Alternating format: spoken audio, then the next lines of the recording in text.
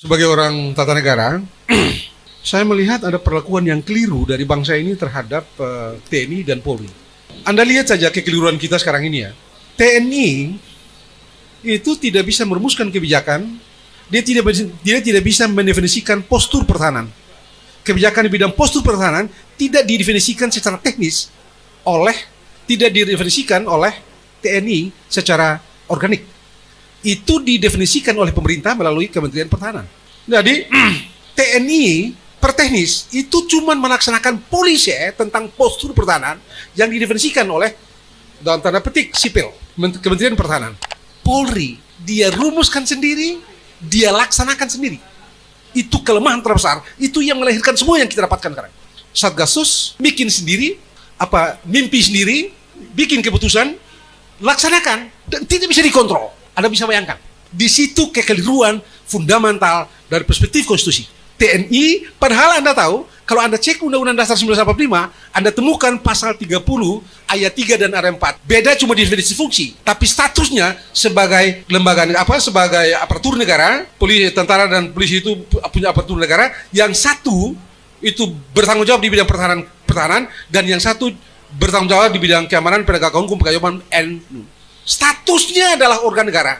Kenapa TNI diletakkan di bawah Kementerian Pertahanan dan kepolisian tidak diletakkan di satu kementerian? Sulitkah kita menemukan kementerian yang dimimpikan atau yang kira-kira match dengan pasal 30 ayat 4? Tidak sulit. Yang tidak kita punya sekarang adalah Kementerian Keamanan Nasional atau Kementerian Keamanan Dalam Negeri. Kalau kita bikin Kementerian Keamanan Dalam Negeri, maka polisi diletakkan di situ, bukan Kementerian Dalam Negeri. Salah besar kalau kita letakkan di bawah Kementerian Dalam Negeri. Salah, keliru sekali. Karena dua urusan yang berbeda. Dari perspektif konstitusi. Dari perspektif konstitusi, pertahanan adalah satu urusan konstitusional dan keamanan adalah satu urusan konstitusional atau urusan pemerintahan dalam sistem kita itu. Dan di situ kelarahan mendasar kita. Kita salah menerjemahkan perintah konstitusi. Dan dengan begitu, ya ini hasilnya. Ini hasilnya. Polisi definisikan sendiri mimpi-mimpinya. Siapapun nanti besok jadi dari Kapolri, kalau dia mau bikin apa, dia bikin sendiri lalu bikin keputusan Kapolri. Satgasus kan cuma pakai keputusan Kapolri kan. Dia tidak memerlukan konfirmasi ke DPR, tidak memerlukan konfirmasi ke Presiden, tidak perlu konfirmasi ke Menko Polhukam. Tidak perlu. Dia mimpi bikin keputusan Kapolri dan oke, tidak ada. Oke, fine. Itu masalahnya. Satu. Yang kedua, yang kita mesti tahu, tidak ada bisnis di dunia ini yang tidak ada kaitan dengan wewenang, tidak ada kaitan dengan rule, tidak ada kaitan dengan hukum. Tidak ada itu. Di dunia ini. Dari dulu, dari Romawi kuno, sampai dengan jam ini. Karena itu, setiap bisnis akan mencari orang-orang hukum. Khususnya mereka yang membuat hukum dan mereka yang menegakkan hukum untuk kendalikan orang-orang itu. Tidak ada itu di mana-mana. Hasilnya sekarang itu yang tadi Haris bilang, itu yang tadi Kamarudin bilang, itu postur dari kekeliruan ini. Karena itu kita mesti kenal betul ini tabiat ini. Polisi bisa masuk kemana-mana karena dunia hukum, dunia kita, keadaan kita, itu penuh dengan hukum. Penuh dengan hukum, jadi mereka kemana-mana. Karena penegakan hukumnya dia.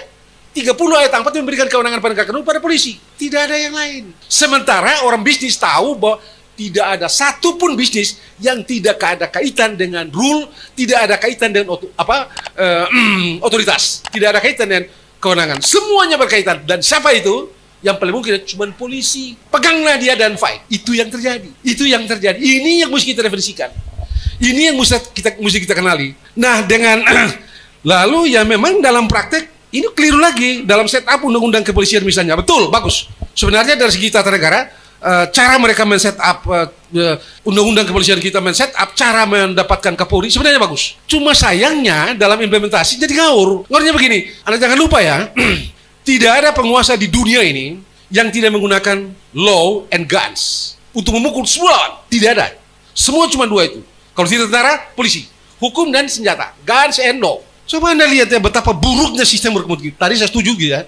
Tetapi menurut saya, rekrutmen di level tertinggi, di level Kapolri, itu yang mesti dibenahi secara tuntas. Dan itu berkaitan dengan ada banyak hal di dunia kepolisiannya sendiri. Saya mau tunjukkan begini. Anda lihat kan seleksi polisi itu. Komisi 3 itu berapa menit pergi ke rumah calon Kapolri, dan begitu keluar di depan kamera, oke, fine, kita sudah tahu. Gimana? Ini orang yang menggunakan hukum, yang punya kewenangan mendrive hukum, dan punya kewenangan menggunakan senjata. Lo kok ngeceknya kayak gitu? Gimana ceritanya itu? Ini orang satu-satunya institusi yang memegang kewenangan menegakkan hukum dan memegang kewenangan menggunakan senjata pada saat yang bersamaan. Tentara boleh jago, tapi hanya bisa mendeploy pasukan, bisa menggunakan senjata dalam situasi perang. Dan untuk menyatakan perang harus ada konfirmasi, ada pernyataan official secara konstitusional dari Presiden dan DPR. Polisi every day, every minutes, every second bisa pakai hukum, pakai senjata. Bahaya sekali. Tapi itu dia dalam praktek menemukan bos besar itu dengan cara yang tadi itu. Bagaimana bisa kita memperoleh postur penegakan hukum yang oke, yang sepadan, yang kira-kira harmoni dengan yang kita pikir sebagai orang-orang Republik? Nggak mungkin itu, nothing itu. Nah, ini sistemnya ini sudah salah, benar-benar amburadul. Bagaimana kita tidak memikirkan misalnya kita bikin sistem yang kira-kira Pak Poto itu jadi Kapolda di Maluku Utara, katakanlah, lalu kemudian jadi Kapolda di Manado, Kapolda di Selatan, bla bla bla bla, dan semua itu terrekod, perilaku selama itu terrekod. Jadi begitu dia menjadi Kapolri, tinggal tombol sistem itu teknologi itu ditekan dan keluar. Oh, waktu dia di Ternate kalkulasinya begini. Di Manado begini. Ini begini. Yang lain juga begitu. Kita dapat kok. Itu tidak kita punya sekarang ini. Nah, sayangnya saya mesti jujur bilang bahwa presiden kita seperti tidak mengenal masalah Polri yang sebenarnya dari perspektif konstitusi. Karena itu ya rekomendasinya kayak tadi. Rekomendasinya kayak tadi sama sekali itu. Yang kayak gitu itu. Betul memang. Yang lain-lain tadi kan sebenarnya soal teknis kecil. Yang itu bisa terjadi di mana-mana. Kenapa saya memberikan penekanan kepada Kapolri dan Presiden gitu ya? Anda jangan sebagai orang belajar konstitusi, Anda tidak menemukan apapun yang lain selain kepemimpinan, selain leadership. Jangan omong kosong. Anda tidak menemukan apapun dalam penyelenggaraan pemerintahan, dalam penegakan konstitusi. Anda tidak menemukan apapun itu selain satu, leadership. Dan sayang kita gagal di situ. Kita tidak menemukan pemimpin yang mengerti masalah, yang mengerti masalah sekrusial ini. Jangan salah, ini krusial. Ini krusial ya. Kalau kita masih seperti sekarang, tidak ada perubahan yang signifikan, setidaknya sampai 2024. Jangan-jangan nanti di 2024, menjelang 2024 itu ada lagi, entahlah, apakah itu Satgasus kayak apalah. Karena dia tinggal mimpi kok. Dan tidak ada di sistem kita ini.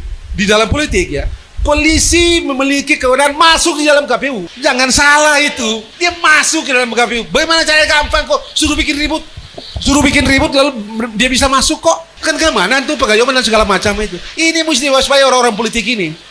Teman-teman, benar-benar kalau dari segi kultur kita sudah parah. Kita di titik nol kalau dari segi kultur. Kita betul-betul di titik nol. Boleh saja kita mengatakan bahwa Pak Kapolri sekarang ini Pak Sigit terlihat agak sedikit progresif. Ada banyak orang mengatakan dia melakukan banyak hal yang hebat, tapi jujur saya mesti mengatakan dia tidak mengenal masalah sebenarnya. Terlihat betul dari langkah-langkah yang dia bikin. Kalau dia mengetahui masalah, pasti ada beberapa hal yang menjadi handicap besar yang membuat langkah dia menjadi tidak terlalu dalam mengeksplor dan memecahkan masalah ini. Coba Anda lihat. Gampangnya sebenarnya kalau dia mau melakukan rekomendasi, sebut saja apa yang disampaikan oleh Pak Mahfud gitu ya. Gampang kok, cukup dengan peraturan Kapolri dan sistem yang tadi. Propam punya kewenangan, langsung di spread, gampang tuh, simple banget. Kenapa nggak bikin? Aduh, pengacara semua tahu deh. Dan ada banyak banget. Coba saya mau kasih. Hari ini saya baca di beberapa media ada brimob yang di hutan-hutan sana kecewa.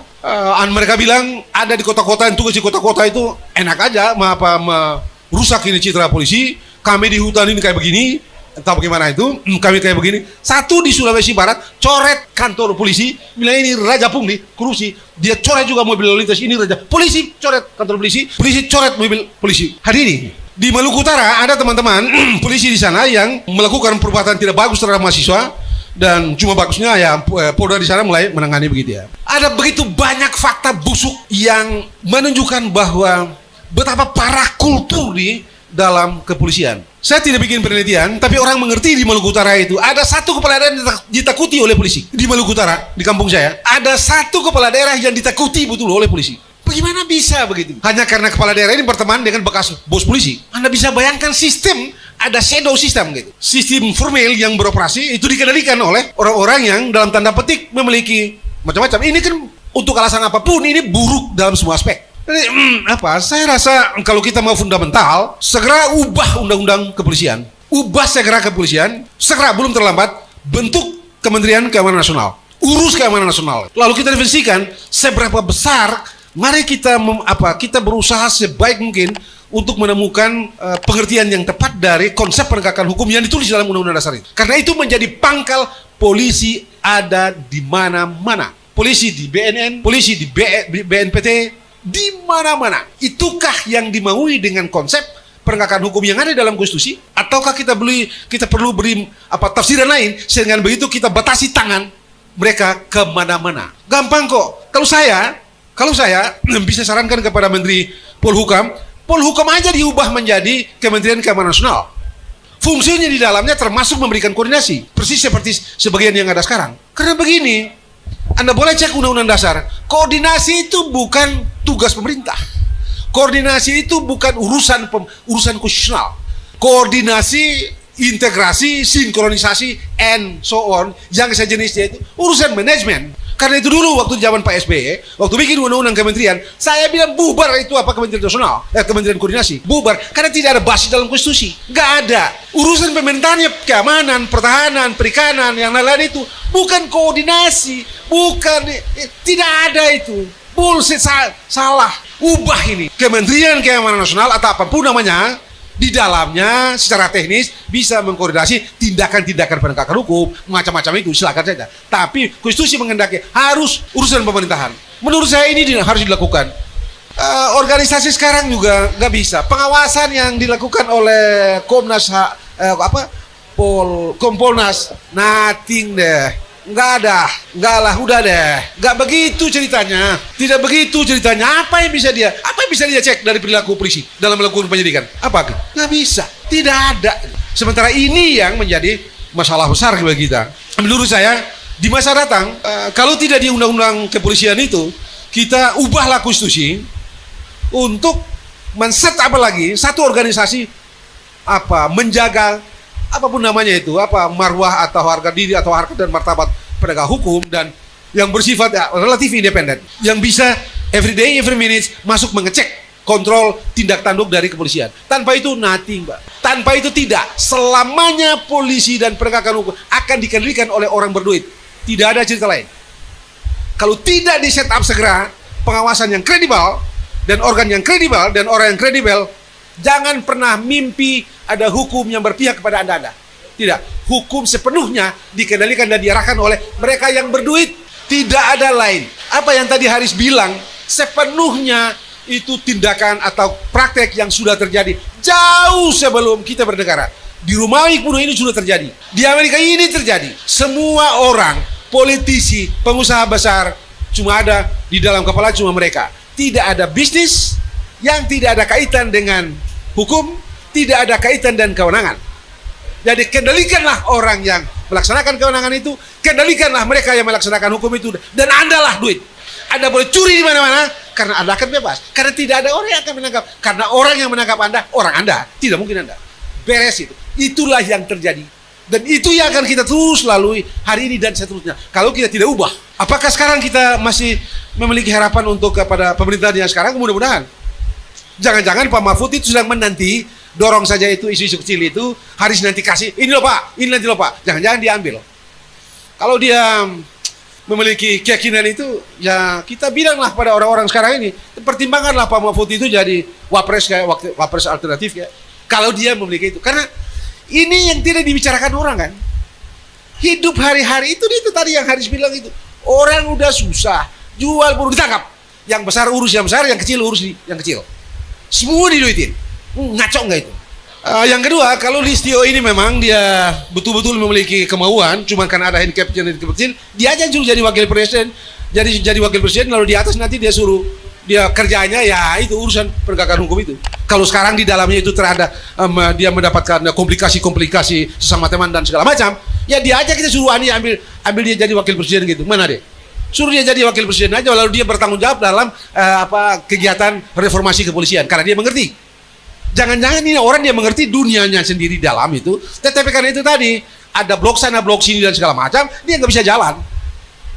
Jangan-jangan begitu gitu ya. Jangan-jangan begitu karena eh, terlalu lambat, terlihat lambat. Seperti dia mengerti, tapi terlalu lambat. Ada sejumlah langkah, tapi jujur saya bilang terlalu lambat, terlalu kecil. Dia tidak bergerak jauh ke depan. Padahal dia mengerti. Nah, kita butuh dia sebenarnya. Tapi keadaannya kayak begini. Nah, karena itu menurut saya, saya mau ingin mengakhiri ini dengan mengatakan, yang mesti kita lakukan sekarang ini adalah ubah undang-undang kepolisian supaya kita beres. Satu, dari segi kehidupan konstitusi. Yang kedua, kita dapat lembagakan gagasan-gagasan kita, mimpi-mimpi kita yang senafas dengan mimpi republik. Apa mimpi republik? Mimpi republik itu adalah adil perlakuan yang sama. Dia tidak berpihak kepada orang kaya, tidak menindas orang miskin.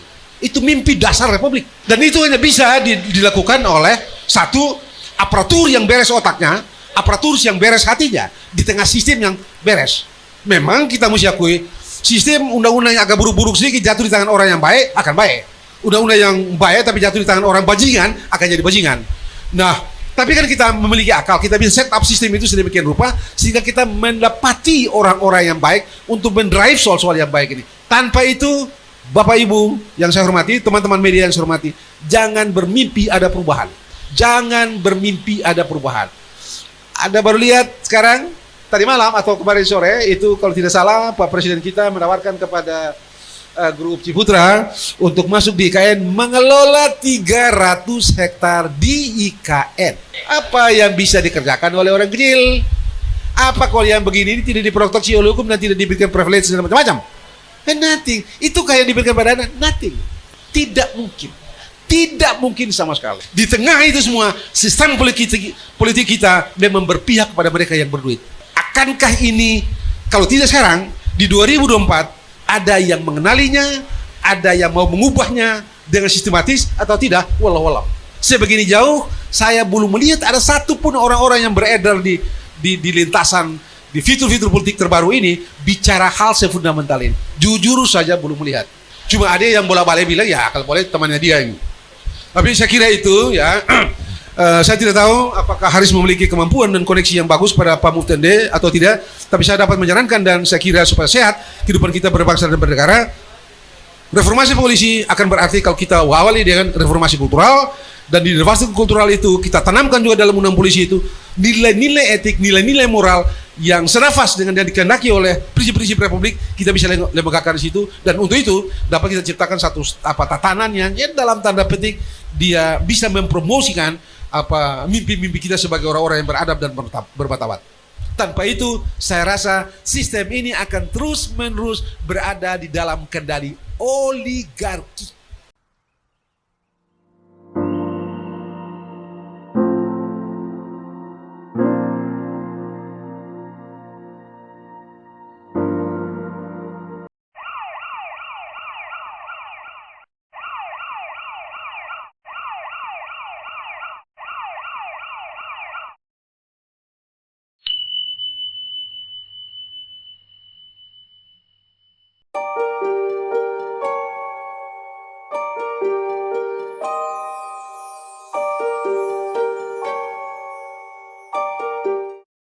PO LILI SIC dibaca Sambo.